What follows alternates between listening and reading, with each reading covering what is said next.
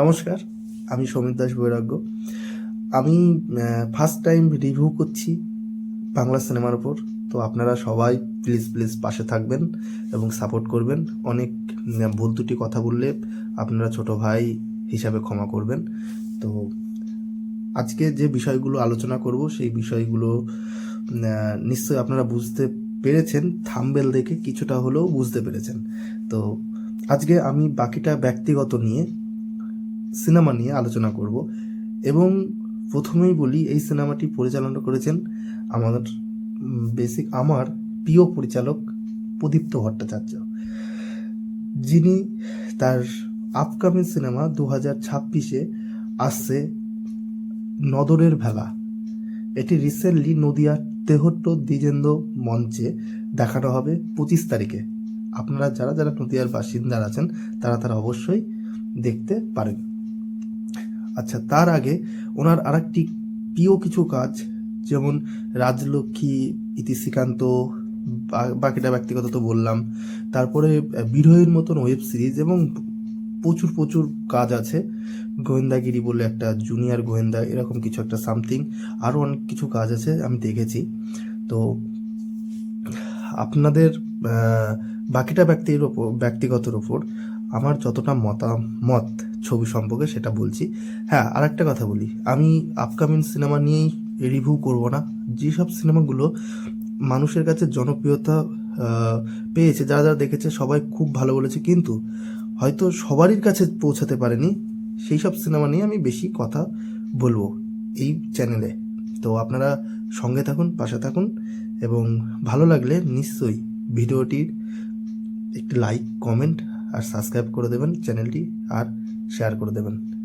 এই গল্পের সংক্ষেপেও যদি আমি বলি, তো দেখা যাবে যে আমাদের এই গল্পে যারা অভিনয় করেছেন, ঋত্বিক চক্রবর্তী মেন হিরো, এবং তার বন্ধু হচ্ছে আমাদের অমিত সাহা বলে একজন আর্টিস্ট, আমার খুব পছন্দের আর্টিস্ট। দুজনেই খুব ভালো কাজ করে। তো ঋত্বিক দাকে নিয়ে তো কোনো কথাই হবে না।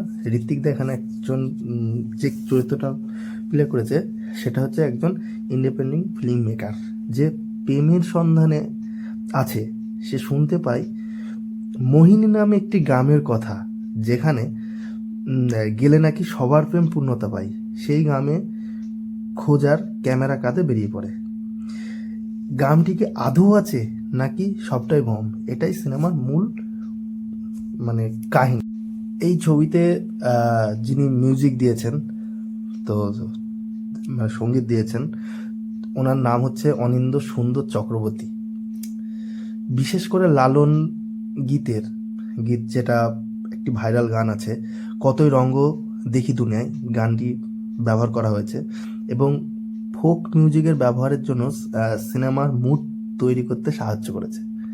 সিনেমাটি শুধুমাত্র প্রেমের গল্পই নয়, এর মধ্যে জাদু বাস্তবতা আছে, বিশ্বাস অবিশ্বাসের একটা মতভেদ আছে, হেভি হেভি, একবার মনে হবে যে এটা ঠিক, একবার মনে হবে ওটা ঠিক, একবার মনে হয় কিছু না কিছু একটা আবেগ। তো এই ছবিটা কমার্শিয়াল বা আর্ট ফিল্মের বাইরে নতুন কিছু যদি দর্শকরা দেখতে চায়, আমি বলবো এই সিনেমাটা দেখা একদমই বেস্ট হবে। কারণ এটি একদম অন্য ধরনের ছবি, যেমন মনে হবে না যে আর্ট ফিল্ম, মনে হবে না কমার্শিয়াল ফিল্ম, ছবিটা ছেড়ে উঠতে পারবে না, এরকম একটা সিনেমা, এটা আমি বলতে পারি। আর এই সিনেমাটি জাতীয় পুরস্কার অনেকগুলো অ্যাওয়ার্ড পেয়েছে, এবং ছবিটির আমার মতে বেস্ট লেগেছে। আপনারাও দেখুন।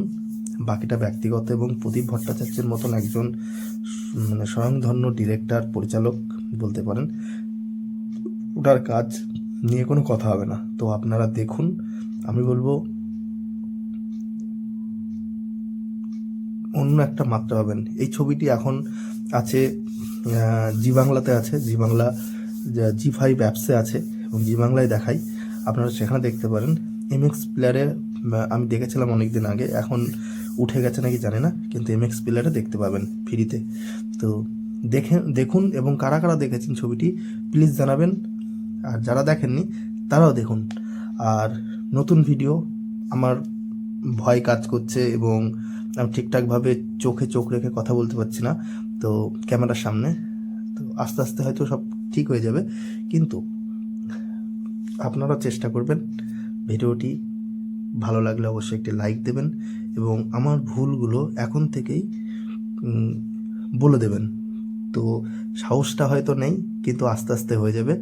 আবারও শেষবারের মতন রিকোয়েস্ট, যদি ভিডিওটা ভালো লাগে এবং যদি আমার কথা মোটামুটি ভালো লাগে তো আপনারা ভিডিওটি শেয়ার, লাইক, কমেন্ট করবেন।